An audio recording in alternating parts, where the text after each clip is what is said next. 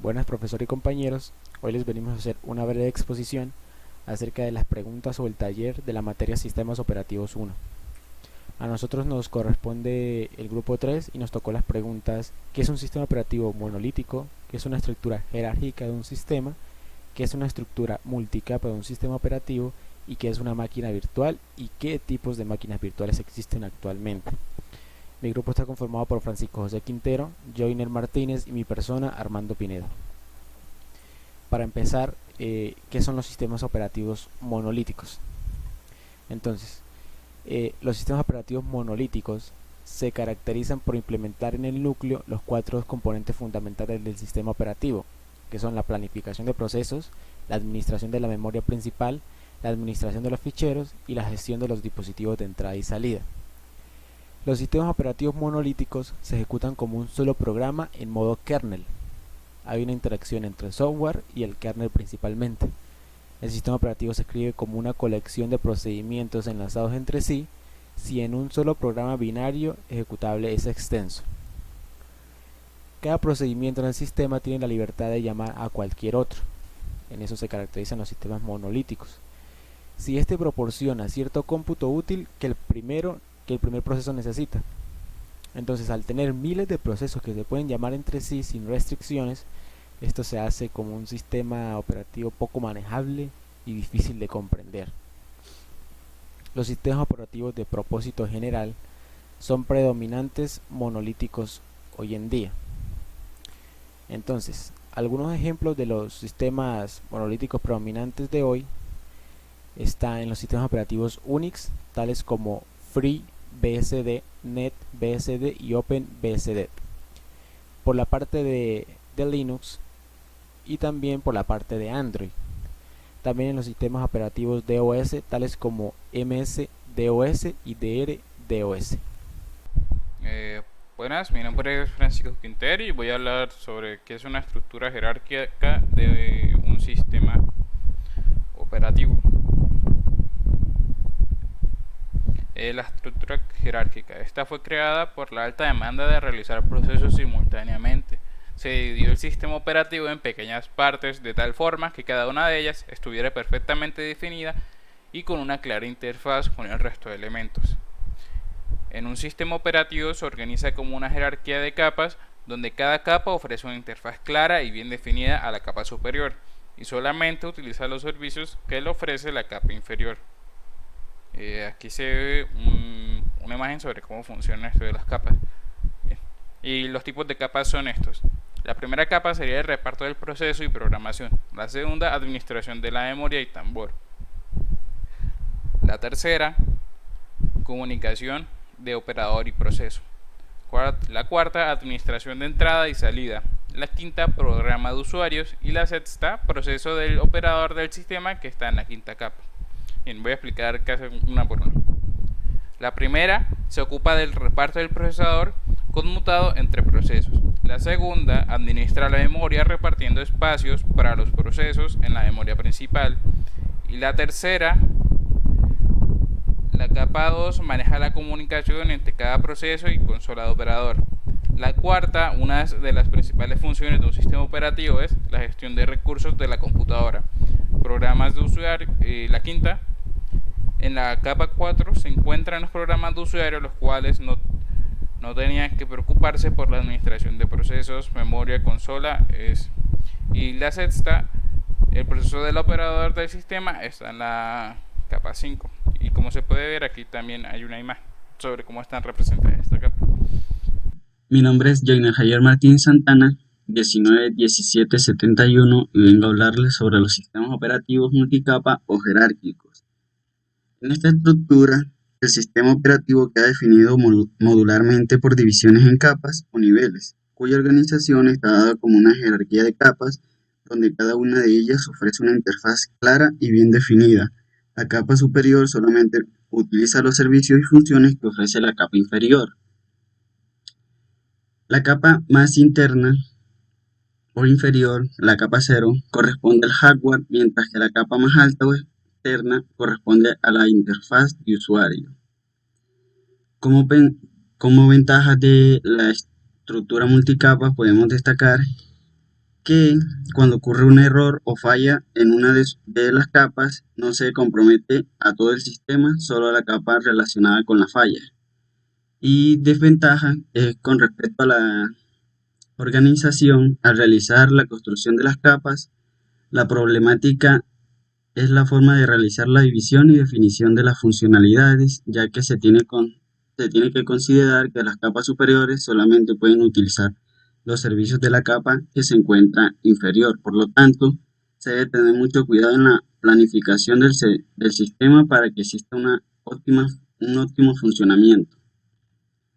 Y acá se muestra cómo está definido cada capa del sistema, el sistema multicapa, donde está el usuario en la capa exterior y lo que es el hardware en la capa interior. Ahora voy a hablar sobre qué es una máquina virtual. Una máquina virtual es un software que crea una capa independiente donde se emula el funcionamiento de un ordenador real con todos los componentes de hardware que necesita para funcionar, ya sea disco duro, memoria RAM, tarjetas de red, tarjetas gráficas, entre otros, y que pueda ejecutar cualquier sistema operativo o programa, tal y como lo haría un ordenador real. Toda esta emulación se encapsula en una serie de archivos que actúan como contenedor desde el que se ejecuta la máquina virtual en una ventana del ordenador, como si de un programa más se tratase, y sin que nada de lo que sucede en el interior de esa ventana afecte al ordenador que la ejecute. Se podría utilizar como ejemplo de que uno descargue un archivo y lo abra en una máquina virtual para ver si este archivo tiene afecta de alguna manera a la máquina, y si no pasa nada, pues se puede ejecutar de manera normal en el ordenador. ¿Para qué sirve una máquina virtual?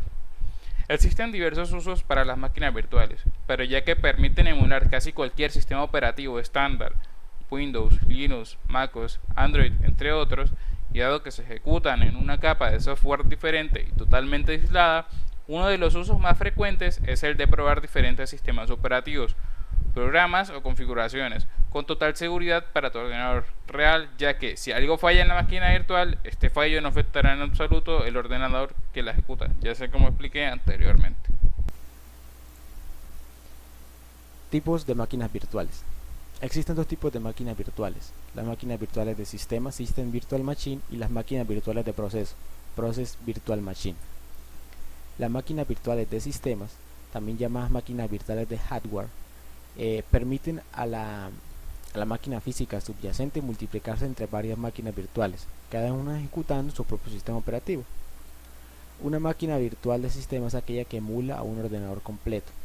En palabras menos complejas se podría decir que es un software que puede hacerse pasar por otro dispositivo como una PC.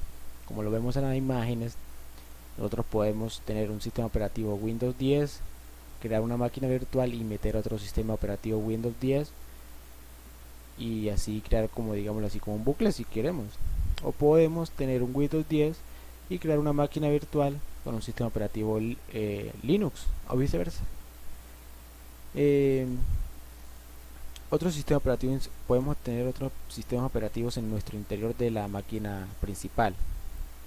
Estas máquinas tienen su propio disco duro, su memoria, su tarjeta gráfica y los demás componentes del hardware, pero de manera virtual, obviamente. Entonces, que sus componentes sean virtuales no significa que no necesiten de componentes físicos. Por ejemplo, estas máquinas virtuales de sistemas necesitan por ejemplo, para que vaya bien, de 2 GB de RAM y 20 GB de disco duro, que obviamente salen de estas partes del hardware principal, hardware físico. Estas máquinas virtuales de sistemas son como burbujas. La máquina virtual no puede acceder al resto de los datos de la máquina anfitrión a pesar de estar conectada físicamente, pero existen software o aplicaciones o herramientas de VirtualBox o de VMware que disponen de atajos o comandos para conectar entre sí estas máquinas virtuales y pasar archivos o estar conectados. El otro tipo de máquina virtual de procesos. Una máquina virtual de procesos, a veces llamada máquina virtual de aplicación, Se ejecuta como un proceso normal dentro de un sistema operativo y soporta solamente un proceso, a diferencia de las máquinas de sistemas, que pueden tener varias máquinas virtuales dentro del sistema operativo, que no pasa nada. La máquina se inicia automáticamente cuando se lanza el proceso que se desea ejecutar y se detiene para cuando éste finaliza. Su objetivo es el de proporcionar un entorno de ejecución independiente de la plataforma de hardware y del sistema operativo. No tiene nada que ver con los componentes que tenga la computadora y mucho menos con el sistema operativo que esté manejando el computador en esos momentos. Una máquina virtual de procesos es menos ambiciosa que la de un sistema. En vez de emular un PC o un computador por completo, ejecuta solamente un proceso específico, como una aplicación en su entorno de ejecución. Por lo que cada vez que ejecutas una aplicación basada, por ejemplo, como lo vemos en la imagen, en Java o basada en .NET, tenemos una máquina virtual. Cuando nosotros escribimos código fuente, este proceso pasa al proceso de compilación, lo convierte en códigos de byte y nosotros ejecutamos la máquina virtual, que es la que nos muestra el código que nosotros habíamos escrito. Esto es de utilidad a la hora de hacer estas máquinas virtuales de procesos son muy útiles a la hora de desarrollar aplicaciones para varias plataformas, pues en vez de tener que programar específicamente para cada sistema, el entorno de ejecución, es decir, la máquina virtual, es la que se encarga de lidiar con el sistema operativo.